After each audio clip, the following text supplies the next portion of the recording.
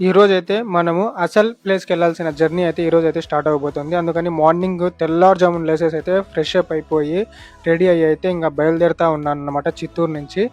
అక్కడి నుంచి అయితే రూమ్ చెక్‌ఔట్ చేసేసి చిత్తూరు రైల్వే స్టేషన్‌కైతే వెళ్ళిపోతా ఉన్నా.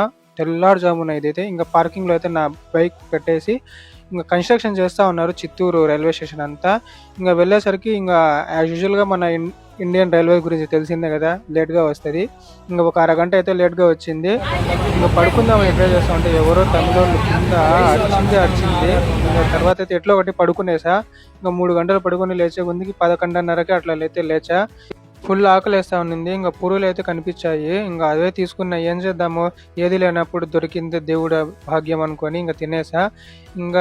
కేరళకు దగ్గరగా రాగానే ఈ ఇల్లులు అవన్నీ చూస్తా ఉంటే ఈ అట్మాస్ఫియరే కాస్త వేరేగా ఉంటది అసలు. కేరళ స్టార్టింగ్‌లో ఎక్కడ చూసినా టెంకాయ చెట్లు, కాలువలు, నదులు అన్నీ ఇవే కనిపిస్తాయన్నమాట. చాలా అంటే చాలా బాగుంటుంది వ్యూస్ మాత్రం కేరళవి.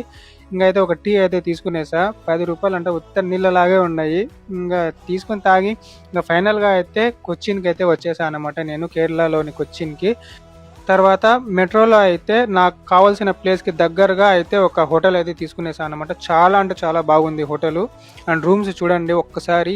ఈ రూమ్స్ గురించి ఒక స్పెషల్ వీడియో తీసి పెడతా తర్వాత. అక్కడికైతే వెళ్ళిపోయిన తర్వాత అయితే ఫ్రెష్ అప్ అయిపోయినా.